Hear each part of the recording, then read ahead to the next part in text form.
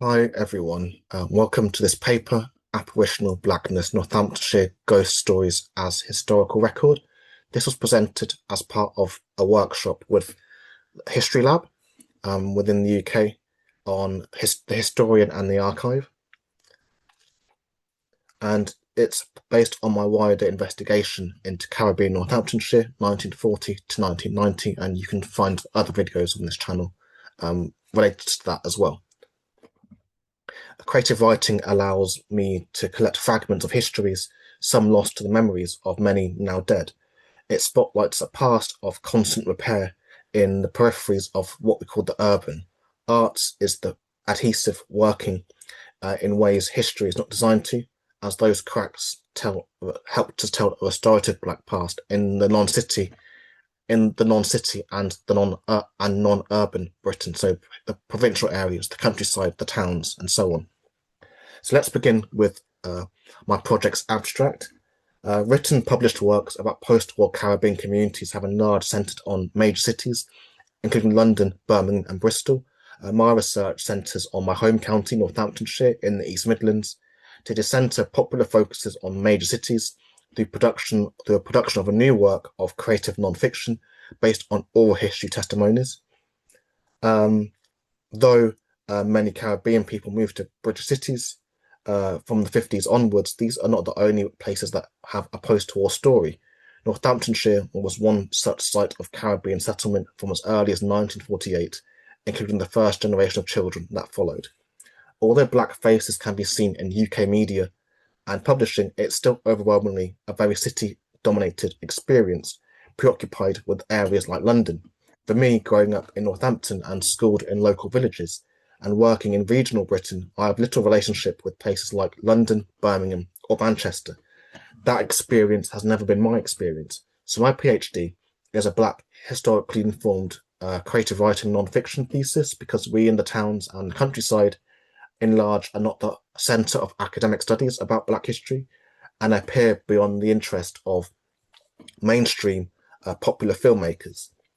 Focusing on Northants troubles a structural problem in media and publishing where black people beyond London and other major cities are seen as visitors and not residents, made obvious through films including, but not limited to, Horace Ove's Playing Away, and more recently, works like Sarah Gavron's film Rocks and then Steve McQueen's Blitz.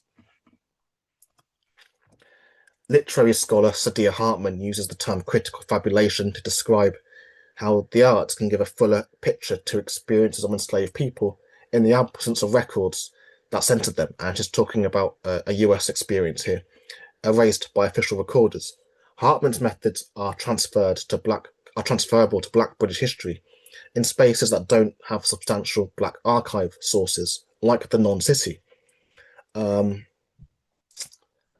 Sources to draw from, including beyond the cities. My work is not really about filling silence, but using creative writing to offer a more historically informed mode of storytelling.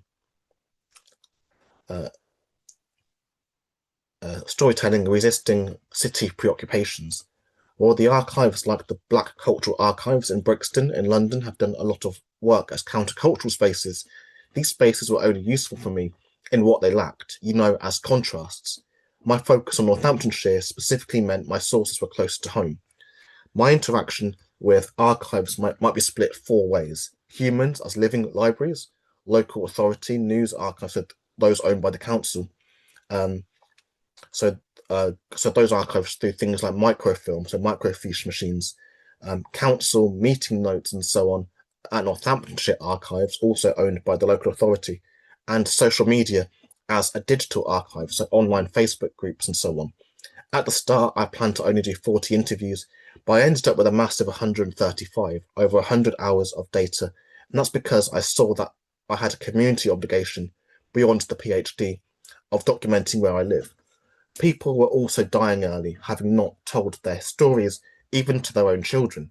So there we have the living archive of humans, mostly of people aged over 50. Some of those I talked to then told me to look for news articles and they gave vague dates. Sometimes it was like a ballpark year. Others, it was more general.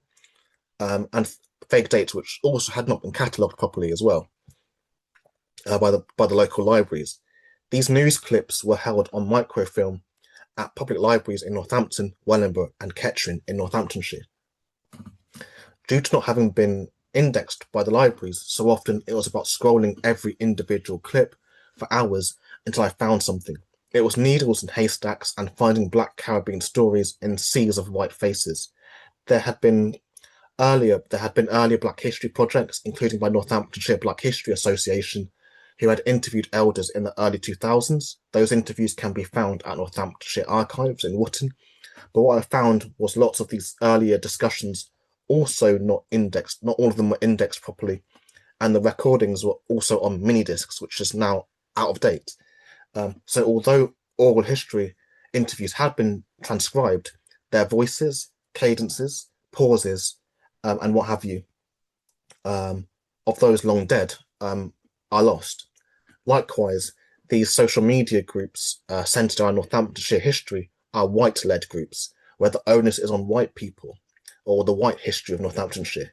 To find the Caribbean experience within these groups involves lots of scrolling and using the search function, and every so often these mentions may appear or disappear or reappear. What social media has in common with the library and archives is this idea of what I call apparitional blackness. Navigating archives, Black people understand we are space invaders into white spaces, both public and private. Sociologist Nirmal Purwar's book Space Invaders examines how the spaces we live and work in exclude those not seen as the norm: Black, Asian, working class, woman, trans, disabled, and the list goes on.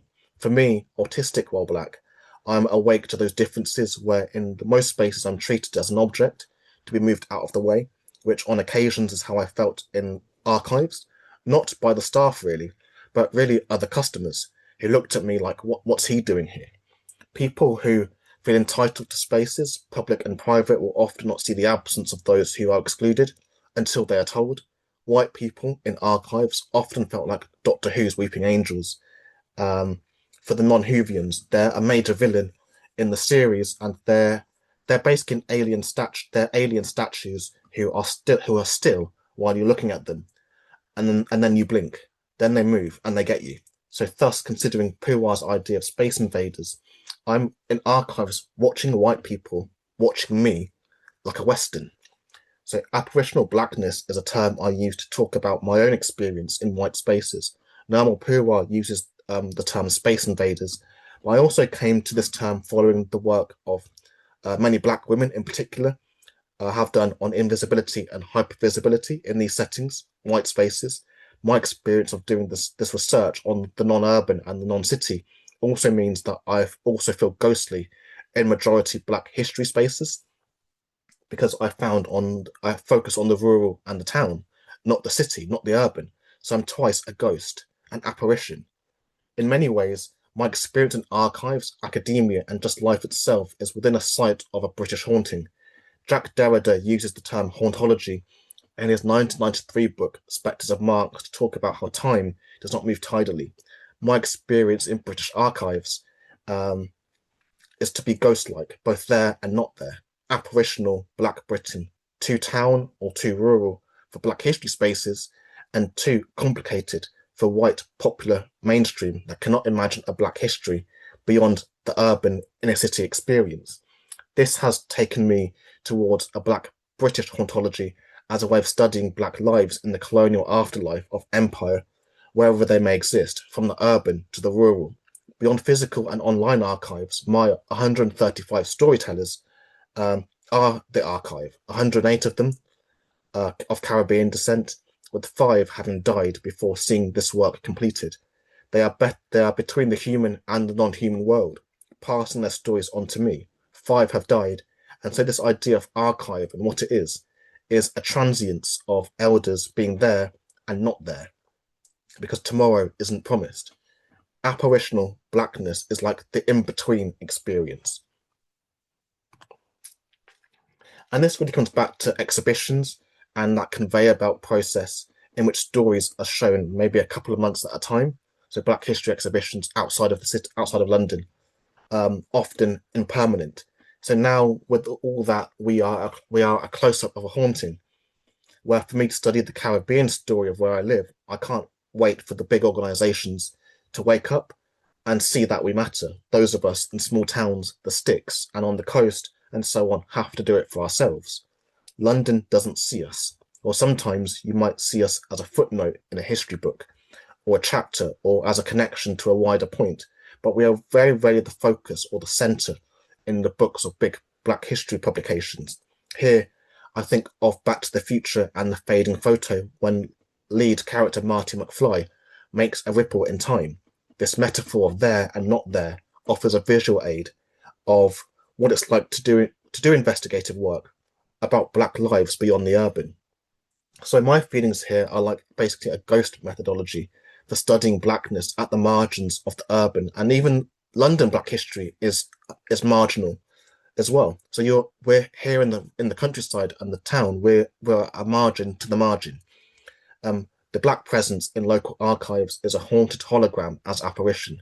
With my PhD as the latest intervention in my area, I follow a genealogy you can count on one hand. Most of us doing this work in Northamptonshire know each other. My Northamptonshire is full of wonderful stories, brilliant, happy, painful stories. We have Black GIs in Kettering, a mixed heritage anti-racism organisation in Wellingborough, educationally subnormal, Saturday schools, community groups, Caribbean nurses, Black hairdressing, business history, a Rastafarian squat in Northampton, and stories of community policing during the turbulent 70s and 80s. My family history is tied up in this, with my great-grandparents arriving in town from 1962 from Grenada, and in many of the interviews, I was taken back into joyful Caribbean rural stories on the islands of people long dead. A creative writing PhD offers a chance to explore the what-ifs of history in ways that history does not always give space to do. In other words, as the late Hilary Mantel writes in her memoir, Giving Up the Ghost, when you turn and look back down the years, you glimpse the ghost of other lives you might have led. All your houses were haunted by the persons you could have been. The wraiths and phantoms creep under your carpets. They lurk in wardrobes and lie flat under drawer lines. You think of the children you might have had, but didn't. When the midwife says it's a boy, where does the girl go? When you think you're pregnant and you're not, what happens to the child that has already formed in your mind? You keep it filed in a drawer of your consciousness, like a short story that wouldn't work after the opening lines. According to the Whispers, Northamptonshire's Caribbean history goes back to the early 50s. The first generation have nearly all died now, and so their histories almost sound like folklore, because little of it has been fully written down and recorded. The Whispers are the most defining measure of historical accuracy in Northamptonshire, Caribbean Northamptonshire. In Northamptonshire, stories are common. Thanks very much. And if you enjoyed this paper, I've done lots of other work on, broadly speaking, popular culture, so X-Men, Barbie, Little Mermaid, and other things, and you find other videos like that on this channel as well. Or you can send me an email if you're interested in that sort of thing at treyventour.com/contact.